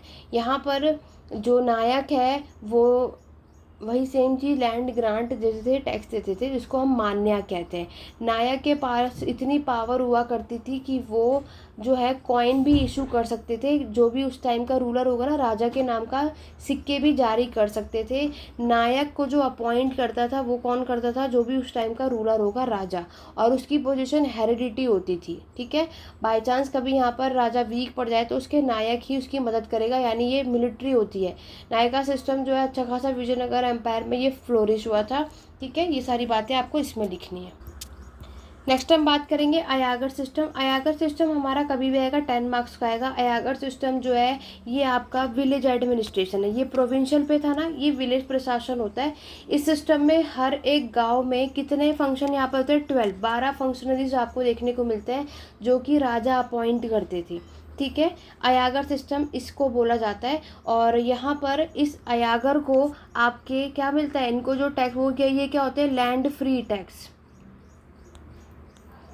इनको जो लैंड प्रोवाइड की जाती थी वो टैक्स फ्री होती थी, और यहाँ पर इनको अपॉइंट किया जाता था इनको, और इनकी भी पोस्ट नयाकर की तरह ही हेरिडिटी होती थी। अयागर जो है वो इतने कैपेबल होते थे कि वो क्या कर सकते थे, बेच सकते थे, गिरवी रख सकते थे उस लैंड को, इतनी पावर इनको मिली थी। ठीक है, और वो टैक्सेस भी कलेक्ट करते थे, उस लैंड को मेंटेन करने का काम भी अयागर का था। मतलब जो यहाँ पे नायक का होता था ना प्रोविंशियल लेवल पे, अयागरों का भी यहीं पर होता था। विजयनगर एम्पायर, इसी के टाइम पर आपको एक पर्सन का नाम याद रखना जिनका नाम था बस्टन स्टेन। बस्टन स्टेन ने अयागर सिस्टम से रिलेटेड एक बुक लिखी थी, और यहाँ पर इनके बुक का नाम था पीजेंट स्टेट और सोसाइटी। पीजेंट स्टेट और सोसाइटी इन्होंने अपनी बुक लिखी थी। और यहाँ पर इसमें जो बताया ना मैंने आपको कि 12 मेंबर्स को अपॉइंट किया गया था, जो कि सरकार करती थी अपॉइंट। जैसे उसमें आपके हेडमैन हुए, अकाउंटेंट हुए, वॉचमैन हुआ, चौकीदार हुआ, है ना। तो ये सारे लोगों को अपॉइंट किया था जो आपके, और इसी के अकॉर्डिंगली ही इन्हें टैक्सेस यानी इनकी इनकम प्रोवाइड की जाती थी। तो ये सब आपको किस में लिखना है, अयागर सिस्टम में। अब आगे बढ़ेंगे नेक्स्ट टॉपिक की तरफ। देखो लैंड रेवेन्यू सिस्टम पे मैंने सेपरेटली MHI 04 में प्लेलिस्ट में बता रखा है। परमानेंट, महलवड़ी, रैयतवड़ी ज़रूर करके जाना। एक भी आ सकता है, दोनों भी आ सकता है। परमानेंट में यहाँ पर ये राजा होता है, ये आपका ज़मींदार होता है, और ये किसान। तो राजा जो है बीच में ज़मींदार को रखता है ताकि वो पीजेंट से टैक्स कलेक्ट कर सके, जो कि आपका इनडायरेक्टली होता है, ठीक है। महलवड़ी में एक राजा होता है, बीच में विलेज का हेडमैन होता है, तो विलेज हेडमैन जो है वो आपके किसानों से यहाँ पर टैक्स कलेक्ट करता है, ठीक है। रैयतवाड़ी वो सिस्टम होता है जहाँ पे राजा जो है किसानों से डायरेक्टली करता है। तो ये दोनों हमें समझ आया, इनडायरेक्टली टैक्स कलेक्ट होता है बट ये डायरेक्टली होता है। डिटेल में समझने के लिए MHI 04 की कंप्लीट वीडियो देख लो, थोड़ा टाइम लगा लो, सिर्फ सुनना है, कुछ नहीं करना, तब भी आप इसको लिख कर आ पाओगे, ठीक है। अवध जो है वो आप लोग खुद कर लेना, लॉ एंड जस्टिस आपको खुद पढ़ना है। अब आगे देखो, रेलवे ज़रूर पढ़ना, डच भी पढ़ लेना, political process 6 to 8 century, peninsular India भी मैंने आपको पढ़ा दिया है। देखो रेलवे की अगर हम बात करें, रेलवे का बहुत अच्छा क्वेश्चन है। रेलवे की शुरुआत होती है, और रेलवे की शुरुआत आपको पता है कि देखो रेलवे का स्टेब्लिशमेंट हमारे इंडिया में बहुत इंपॉर्टेंट रोल प्ले करता है, ठीक है, हमारे प्रशासन में भी और हमारे साम्राज्य का विस्तार करने के लिए भी। यहाँ पर हमारा टाइम पीरियड ये तब आता है जब ब्रिटिश, हमारे कॉलोनियल पीरियड का टाइम आता है, उस टाइम पर ब्रिटिशर्स ने आपके रेलवे की शुरुआत की थी। तो यहाँ पर क्या है, देखो रेलवे आने से क्या होता है कि आपका ट्रांसपोर्टेशन सबसे पहली बात ईजी हो जाता है ना। यहाँ पर क्या है, ट्रांसपोर्टेशन में अब चाहे आप सेनाओं को भेज रहे हो, चाहे अपने हथियार भेज रहे हो, चाहे आप कोई भी गुड्स का सप्लाई कर रहे हो, तो वो बहुत तेज़ी से हो सकता है, ये फ़ायदा हुआ। नेक्स्ट हम बात करें कि रेलवे हमें यहाँ पर प्रोवाइड करता है क्या, कि हम कम टाइम में बहुत सारी चीज़ें कर सकते हैं, ठीक है। फिर आप देखते हो कि रेलवे जो है आपका कम्युनिकेशन और कोऑर्डिनेशन भी बनाता है। रेलवे की शुरुआत जो है कि अब यहाँ पर ट्रेड रूट, क्योंकि अब इसके थ्रू लोग व्यापार भी किया करते हैं, ठीक है। और रेलवे की शुरुआत जब हुई थी तो माना जाता है कि रेलवे की शुरुआत जब हुई, जैसे कि अब रेलवे बनवाना है तो उसके लिए आपके टिम्बर, साल, तो ये कुछ पेड़ की लकड़ियों की वुड की ज़रूरत पड़ती है। इसीलिए ब्रिटिशर्स ने क्या किया था, फॉरेस्ट एक्ट भी लगा दिए थे, ठीक है। ये सारी चीज़ें भी आपने पढ़ी हैं। रेलवे जो है यहाँ पर क्या होता है कि जब रेलवे इन्हांस हुआ तो यहाँ पर रेवेन्यू कलेक्शन भी हमें देखने को मिलता है, ठीक है। मार्केट में ट्रांजिशन भी हुआ, ट्रांसपोर्टेशन भी बहुत अच्छा खासा आपका यहाँ पे बढ़ता है। तो ये सब कब हुआ, जब रेलवे की शुरुआत होती है, ठीक है। ये सब आप इसमें बता सकते हो। अब अगर हम बात करते हैं, देखो ये तो पुराने सिलेबस वाले जितने MHI 04 वाले हैं, इतना आपने कर लिया, बहुत है, सफिशिएंट है, इजीली से 70% स्कोर कर लोगे। लेकिन जितने 104 वाले स्टूडेंट हैं, याद रखना आपके लिए कुछ और भी टॉपिक्स हैं। लाइक मैंने आपको प्रीवियस वीडियो में भी बताया था, लाइक आपको मैक्लॉय मिनट पता होना चाहिए, ठीक है। मैक्लॉय मिनट से क्वेश्चन आ जाता है। लाइक आपसे एक ओरिएंटलिस्ट भी पूछा जाता है, ओरिएंटलिस्ट जो है आपको, और एक आपके हैं इवांगलिस्टिक। वैसे तो ये पुराने सिलेबस में भी आता है, ये क्वेश्चन भी पता होना चाहिए। देखो मैं इन शॉर्ट में बता देती हूँ, जिसे हिंदी में बोलते हैं प्राच्यवाद और पाश्चात्यवाद, ठीक है।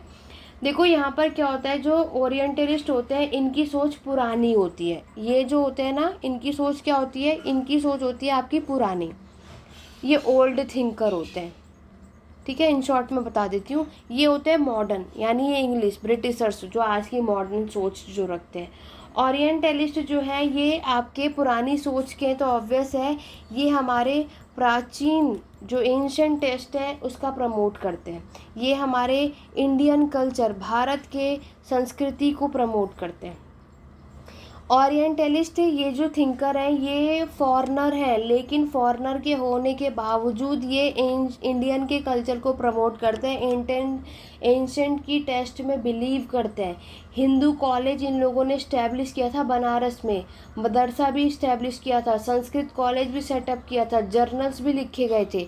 वहीं आपके इवांगलिस्ट जो होते हैं ये आपके इंग्लिश वेस्टर्न लर्निंग में बिलीव करते हैं। ये जैसे कि आपके जेम्स मिल हुए, मैक्लॉय हुए, ये लोग बिलीव करते हैं ईस्ट की एजुकेशन में, वेस्टर्न एजुकेशन में। वेस्टर्न थिंकर थे ना, तो ये वेस्टर्न में थे और इनका मानना था जो ईस्ट की जो थिंकर हैं उनकी जो एजुकेशन है वो बहुत वीक है, कमज़ोर है, ऐसा ये लोग मानते थे, ठीक है। तो ये सारी बातें आप इसमें बता सकते हो। और वहीं अगर मैक्लॉय मिनट करना है तो मैक्लॉय मिनट आपको याद रखना 1829 में जब विलियम बेंटिक जो है यहाँ पे भारत में उससे पहुँचे थे, तो यहीं पर डिसाइड हुआ था क्या कि ओनली इंग्लिश ही क्या कर सकती है से, मतलब मैक्लॉय मिनट भी वेस्टर्न एजुकेशन को ही बढ़ावा देता है। वो चाहता है कि इंग्लिश ही ऐसी है जो कि आपके हर एक चीज़ को इम्प्रूव कर सकती है, ठीक है। सिर्फ क्योंकि ये लोग आपके किसको मॉडर्न थिंकर में बिलीव करते हैं, मॉडर्न एजुकेशन में बिलीव करते हैं, तो इनका मानना था कि इंग्लिश ही एक ऐसी चीज़ है जिससे सुधार आ सकता है। तो 18 ये किसका मानना था, आपके विलियम बेंटिक का। तो जेम्स मिल जब इंग्लैंड में थे, राजा राम मोहन रॉय भी थे, इन सभी ने यहाँ पे कॉपरेट किया था और ये सब बहुत पावरफुल थे। आपके मैक्लॉय मिनट फिर भारत में आते हैं, और आपको पता है कि आज हमारे भारत में एजुकेशन और जो शिक्षा जो दी गई है, जो आई है, ये मैक्लॉय मिनट की ही देन है, मतलब इन्हीं की देन है ना, विलियम बेंटिक की। तो ये सारी चीज़ें आपको इसमें बतानी है। इनका मेन प्राइमरी ऑब्जेक्टिव होता है कि ये क्या करें, यूरोपियन का साहित्य लेकर के आए, साइंस लेकर के आए, ठीक है। ये सब कुछ आप बता सकते हो। अब आ जाते हैं लास्ट टॉपिक, जो कि है हमारा मुगल्स। और जो कि नए सिलेबस वाले हैं, तो नए सिलेबस वालों को मैं सजेशन दूंगी कि आप लोग मराठा भी पढ़ लेना। मराठा भी आपका एक सेपरेटली टॉपिक दिया गया है, उसका प्रशासन से आपको एक क्वेश्चन देखने को मिल जाएगा। अदरवाइज़ हमने इतना कर लिया कि 70% आप मैराथन से कवर कर लोगे। अब मैं मौर्यंस लास्ट बता रही हूँ, बहुत इंपॉर्टेंट टॉपिक है। मौर्यन एम्पायर की बात करो, देखो इसमें मनसबदारी जागीरदारी भी आता है। मनसबदारी सिस्टम याद रखना, ये अकबर के द्वारा इंट्रोड्यूस किया गया था। मनसब मतलब होता है आपका रैंक, यानी स्टेटस पोजीशन। दारी मतलब होता है होल्डर, यहाँ पे इनको रैंक दी जाती है, ये बातें आपको पता है। तो मुगल्स के मनसबदारी सिस्टम में आपकी पब्लिक सर्विस, लाइक इसमें मिलिट्री, सिविल, फाइनेंशियल, ये सब होता था, जुडिशरी नहीं होता था। मनसबदारी सिस्टम मुगल्स के टाइम पर बहुत ही कॉम्प्लेक्स सिस्टम था, क्योंकि यहाँ पर इनको ना इनके रैंक के अकॉर्डिंगली ही इनको प्रशासन में चीज़ें मिलती थी। चंगेज़ खान के टाइम पर भी हमें ये चीज़ें मिलती थी। और मनसबदारी सबसे जो लोएस्ट रैंक मानी जाती है वो 10 मानी जाती है, सबसे हाईएस्ट आपकी 10,000 मानी जाती है। और मनसबदारी सिस्टम को दो तरीके से सेटअप किया जाता है, एक होता है आपका जट और दूसरा होता है सवार। जट में पर्सनल पे किया जाता है, ठीक है, ऑफिशियल यहाँ पे स्टेटस होता है। और ये हॉर्समैन होते हैं, नंबर ऑफ हॉर्समैन को यहाँ मेंटेन करना पड़ता है उनकी सैलरी को। मनसबदारी हेरिडिटी सिस्टम नहीं होता है, ये आपको याद रखना है। मनसबदारी की बात हो रही है। जागीरदारी भी यहीं पर आपका होता है। जागीरदार मतलब जागीर होता है, ये होते हैं आपके लैंड, ठीक है। जो जागीर यानी जो लैंड होता है, और लैंड को जो होल्ड करके रखता है उसे जागीरदार कहा जाता है। जागीरदार बिल्कुल सिमिलर है जो दिल्ली सल्तनत का एकता सिस्टम होता है, ये भी हेरिडिटी नहीं होता था। जागीरदार सिस्टम भी बिल्कुल आपके मनसबदारी की तरह बिल्कुल एकदम इससे क्लोजली रिलेटेड है, ये हम कह सकते हैं। इसको भी अकबर ने ही इंट्रोड्यूस किया था 1570 यानी 1570 में। रेवेन्यू एडमिनिस्ट्रेशन, राजस्व प्रशासन में मनसबदारी सिस्टम में कुछ बदलाव लाए गए थे। यहाँ पर जो सैलरी मनसबदारों को मिलती थी, तो यहाँ पर इक्वली जितनी जागीर होगी ना, वो सैलरी देखो कैश या काइंड, ये दोनों तरीके से हो सकता है। कैश और काइंड मतलब लैंड वैंड मिल जाएगी, अदरवाइज ये चीज़ें आप जानते हो, ठीक है।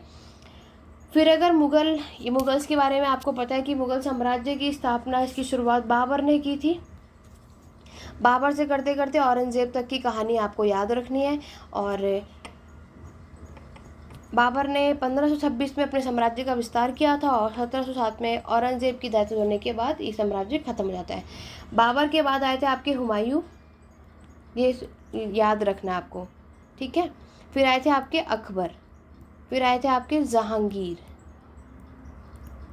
फिर आए थे आपके शाहजहां, और देन आपके औरंगजेब। तो ये सारी सीक्वेंस हमें याद रखनी है कि हर एक राजाओं ने अपने टाइम पर क्या क्या काम किए थे। देखो मुगल से बहुत सारे क्वेश्चन आते हैं। थ्योरी ऑफ सोवर्निटी, ठीक है, जिसे हम प्रभुता की सिद्धांत के रिलेटेड क्वेश्चन आता है, जहाँ पर आपको बताना है कि बाबर ने अपने साम्राज्य मुगल स्टेट का विस्तार किया था। ये टर्की के और मंगोल्स की थ्योरी मानी जाती है। बाबर जो है वो चंगेज़ खान और तैमूर के लीडरशिप में माने जाते हैं। ये सारी बातें आपको बतानी है इसमें, ठीक। अकबर, बाबर हमें यहाँ देखने को मिलते हैं। बाबर ने आपके टाइटल अडॉप्ट किया था, किस तरीके का, पातशाह नामा, है ना, पातशाह सुना है आप सभी ने। और बाबर ने अपने टाइम पर काबुल तक अपने जगह को कंट्रोल कर लिया ना, ये सारी चीज़ें आपको बतानी है। इसी तरीके से हुमायूं जब राजा बने, तो यहाँ पर आपको देखो सोवरेनिटी में बताना है कौन किसने अपने साम्राज्य तक कहाँ तक अपनी पकड़ बनाई। हुमायूं में भी आप देखोगे, हुमायूं ने, क्योंकि देखो मुस्लिम्स का रूल चल रहा है, ठीक है। बाबर और हुमायूं के बारे में ज़्यादातर आपको थ्योरी ऑफ सोवरेनिटी में बताना है।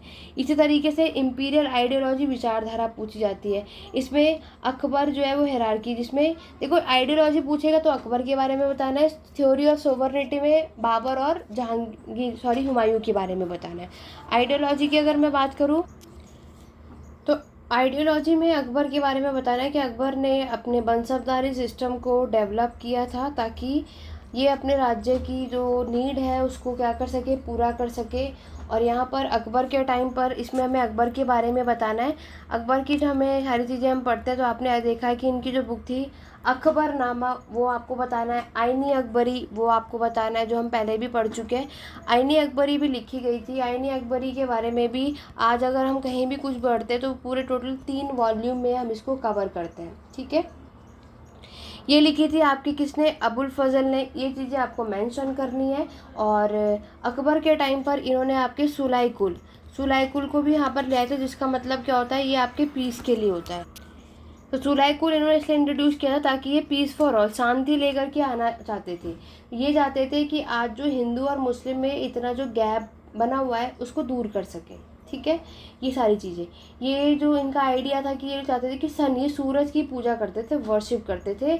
और ये बहुत इंपॉर्टेंट अकबर के टाइम पीरियड की बात है। अकबर के टाइम पर जो प्रशासन है, मनसबदारी सिस्टम आपको देखने को मिलेगा। अकबर ने अपने टाइम पर डिसाइड किया कि ये मुग़ल के सेंटर को दिल्ली से आगरा में शिफ्ट करेंगे, ठीक है। ये सारी चीज़ें आपको बतानी है। और साथ ही साथ इन्होंने दीवाने खास, दीवाने आम ये भी बनाया था। ये सारी बातें आप इसमें लिख सकते हो। नेचर ऑफ स्टेट के बारे में भी पूछा जाता है, इसका इंटरप्रिटेशन, कि यहाँ पर हर हिस्टोरियंस के, जैसे आर.पी. त्रिपाठी का क्या ओपिनियन है कि यहाँ पर अफ़गानी लोग रहते थे या फिर तैमूर की पॉलिटिक्स चलती थी, इनका जो प्रशासन है डिसेंट्रलाइज था। ये सारी बातें ये लोग यहाँ पर बताते हैं, ठीक है। और अब लास्ट बात करते हैं आपके, देखो मुगल्स और दिल्ली सल्तनत का एडमिनिस्ट्रेशन मैक्सिमम सेम ही है। यहाँ पर भी आपको दीवान-ए-इंशा, वज़ीर, ठीक है, यही सब देखने को मिलेगा। तो आपको क्या करना है, इसके लिए पढ़ कर जाना है, ठीक है। तो अगर आपने दिल्ली सल्तनत का एडमिनिस्ट्रेशन भी अच्छे से कर लिया तो भी आप लोग इसको ईजिली से कर पाओगे, क्योंकि मुगल्स के समय पर भी आपको सेंट्रल प्रोविंशियल एडमिनिस्ट्रेशन सिस्टम देखने को मिलता है। क्योंकि देखो इतना बड़ा साम्राज्य होता है और प्रशासन होना ज़रूरी है, और प्रशासन को सही तरीके से चलाना भी ज़रूरी है, तभी वो सेंट्रलाइज होता है। तो यहाँ पर ये सारी पावर मैंने आपको बताया राजा के हाथ में होती है, ठीक है। किसके हाथों में होती है, पूरा एम्पायर कौन चलाता है, आपके राजा चलाते हैं। यहाँ पर बहुत सारे ऑफिसर्स को, मिनिस्टर्स को अपॉइंट किया जाता है अलग अलग डिपार्टमेंट को में काम करने के लिए। जैसे मैंने आपको बताया ना, वज़ीर हुए आपके, है ना, ये उनको अपॉइंट किया जाता है। नेक्स्ट अगर मैं बात करूँ सदर भी दिल्ली सल्तनत के एडमिनिस्ट्रेशन में आपको मिल जाएगा देखने को। देखो क्लासेस तो यहाँ पर आपने मैराथन क्लास तो ले ली। मैं आपको बता दूँ जितने भी चैनल पे फर्स्ट टाइम आए हैं आप लोग नोट्स भी ले सकते हो, ठीक है। 8881916980 इस नंबर पे कांटेक्ट कर सकते हो। बहुत हेल्पफुल होंगे ये नोट्स। पूरी श्योरिटी की एग्ज़ाम इन्हीं में से आएगा। 70 क्या उससे प्लस भी स्कोर कर सकते हो। अगर आप पे जो कोई इंटरेस्टेड है तो बिना टाइम वेस्ट करें यहाँ इस नंबर पे कांटेक्ट कर सकते हो। हिंदी और इंग्लिश दोनों मीडियम में नोट्स अवेलेबल हैं। पेड क्लासेस भी है, पर क्लासेस लेने का टाइम तो नहीं, क्योंकि मैराथन क्लासेस हम यहाँ पर इन शॉर्ट में आप चीज़ें समझ चुके हो। आप में से कोई चाहता है कि नोट्स लेना तो इस नंबर पे कांटेक्ट करके ले सकते हो। अभी भी आपके पास पूरा टाइम है, आप अभी में भी सब कुछ पढ़ोगे तो भी आप लोग कवर कर पाओगे, ठीक है। देखो सदर भी है, इसमें आपको वही फौजदार भी मिलेगा। तो सबका अपना अपना काम यहाँ पर पूरे एडमिनिस्ट्रेशन के बारे में बताना होता है। यहाँ पर भी गवर्नर को अपॉइंट किया जाता है, सूबेदार आपको देखने को मिलते हैं, ठीक है। तो सिपाहदार जो कि सिपाह सलाहर जिन्हें हम कहते हैं, ये लोग आपके प्रोविंशियल एडमिनिस्ट्रेशन के हेड हुआ करते थे, ठीक है। दीवाने खास, दीवाने कुल आपको बताना है जो मैंने आपको बताया। फौजदार के बारे में आपको बताना है जो कि आपके डिपार्टमेंट जो रॉयल ऑर्डर्स होते हैं ना उसको देखता है। फौजदार का काम होता है लॉ एंड ऑर्डर को मेंटेन करने का काम, ठीक है। बाकी दिल्ली सल्तनत और मुगल्स के मैक्सिमम जो एडमिनिस्ट्रेशन है वो सेम है, तो वो अच्छे से याद कर लिया तो बाकी तो आप लोग अच्छे से कर ही लेंगे। तो ये थे हमारे दिल्ली सल्तनत, मुगल्स तो ज़रूर करना। पुराने सिलेबस में तो ये मुगल्स 40 मार्क्स में भी आ जाते हैं, नए का तो कुछ नहीं पता। बट यस, MHI 104 वालों को मैंने बता दिया। ये सब कुछ पढ़ने के अलावा आपको मराठा पे फोकस करना है, ठीक है। मराठा ज़रूर आएगा, चांसेस है। मराठा का कुछ करो मत करो, उसका प्रशासन एक बार रीड आउट ज़रूर करते जाना। अदरवाइज़ हमने इस मैराथन में इतना ज़रूर कवर कर लिया है कि आप लोग ईजिली से अच्छे मार्क्स जो हैं वो लेकर के आ सकते हैं। तो ये थी हमारी कंप्लीट मैराथन क्लासेस। इसके अलावा आपको वही पोर्चुगीज़ जो आपने MHI 101 या 01 में किया था ना, वही पोर्चुगीज़ का क्वेश्चन भी आता है, तो भी आपको यही चीज़ें बतानी है, ठीक है। पोर्चुगीज़, डच, फ्रांस ये भी इम्पॉर्टेंट है। कभी कभी प्रिंसली स्टेट भी मिल जाता है, तो आप लोग चाहो तो ये सारी टॉपिक्स को देख करके जा सकते हो। क्लियर हो गया। तो ये कल वाली जो मैंने मैराथन बनाई थी वो 2 घंटे की थी, बहुत चीज़ें आराम से बताई थी। बट आज की मैराथन में इतना ज़्यादा टाइम नहीं है, क्योंकि आप लोगों के इतने ज़्यादा मैसेज, कॉल, कमेंट आ चुके थे कि जल्दी से जल्दी मैराथन करो। तो मैंने इन शॉर्ट में पूरी कोशिश करी है कि मैं ज़्यादा से ज़्यादा इस मैराथन क्लास में सब कुछ कवर कर सकूँ। बट इतना है कि आप 70% स्कोर कर लोगे। लेकिन याद रखना, अगर आपके पास अभी भी टाइम है तो MHI 04 की जो प्लेलिस्ट है उसको ज़रूर चेकआउट करना। वहाँ पर भी ऑलरेडी मैराथन क्लास ऑलरेडी कुछ टॉपिक्स पे वीडियो अपलोड है, उसको भी कर लोगे तो बहुत हेल्प मिलेगी। आज की मैराथन क्लास कैसी लगी कमेंट करके ज़रूर बताना। लाइक शेयर ज़्यादा से ज़्यादा करो। अगर आप सभी का रिस्पांस बहुत अच्छा रहा तो नेक्स्ट सब्जेक्ट पर भी मैराथन आपको जल्दी मेरे चैनल पर देखने को मिलेगी, जो कि आपका MHI 05-105 है। उस एग्ज़ाम में टाइम तो है, लेकिन इसकी मैराथन मिल जाएगी, ठीक है। तो यहाँ पर जितने ऐसे कुछ स्टूडेंट हैं कि आज अगर हमने किया तो पॉजिटिव, कल अगर थोड़ा सा कुछ गड़बड़ हुआ तो नेगेटिव कमेंट करते हैं, तो ये सारे काम आप सभी को नहीं करने चाहिए। अगर आप किसी को थोड़ा सा पेशेंस रखना चाहिए, क्योंकि ऑब्वियस है मैंने हर जगह, तो देखो सबसे पहले तो आप सभी टेलीग्राम चैनल ज्वाइन कर लो, क्योंकि अगर कुछ भी प्रॉब्लम होती है, कोई अपडेट होता है, हर एक चीज़ टेलीग्राम पे अपडेट मिलती है, ताकि आप में से कोई परेशान ना हो। नहीं तो आप यूट्यूब चैनल के कम्युनिटी बॉक्स चेक करते रहा करो कि मैं अपडेट आपको हमेशा दे दिया करूँगी, ठीक है। क्योंकि यहाँ पर मेरी पूरी कोशिश है कि आप लोग अपने एग्ज़ाम बहुत अच्छा दे करके आए। और मैं थोड़ी सी ज़रूर लेट हो गई मैराथन के लिए अपलोड करने के लिए, बट मेरी पूरी कोशिश रही। आशा करती हूँ आज की क्लास आपको पसंद आई होगी। तो कमेंट करके ज़रूर बताना एग्ज़ाम के बाद कि ये वीडियो और आज की मैराथन क्लास आपके एग्ज़ाम के लिए कितनी हेल्पफुल रही। तो चलिए स्टूडेंट, आज की वीडियो में बस इतना ही। मिलते हैं अपने नेक्स्ट वीडियो में। Thank you for watching.